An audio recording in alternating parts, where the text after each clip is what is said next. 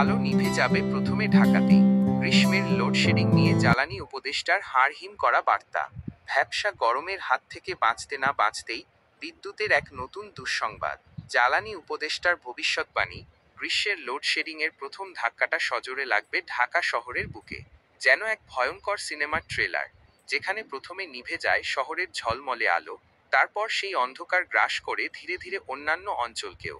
উপদেষ্টার এই মন্তব্য রাজধানীবাসীর মনে জাগিয়েছে এক চাপা আতঙ্ক।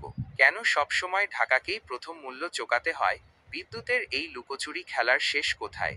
বিশেষজ্ঞরা বলছেন, ঢাকার আকাশ ছোঁয়া বিদ্যুতের চাহিদা আর দুর্বল বিতরণ ব্যবস্থাই এর মূল কারণ।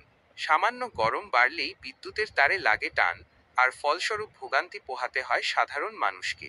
কিন্তু প্রশ্ন হলো, এই সমস্যার কি কোনো স্থায়ী সমাধান নেই?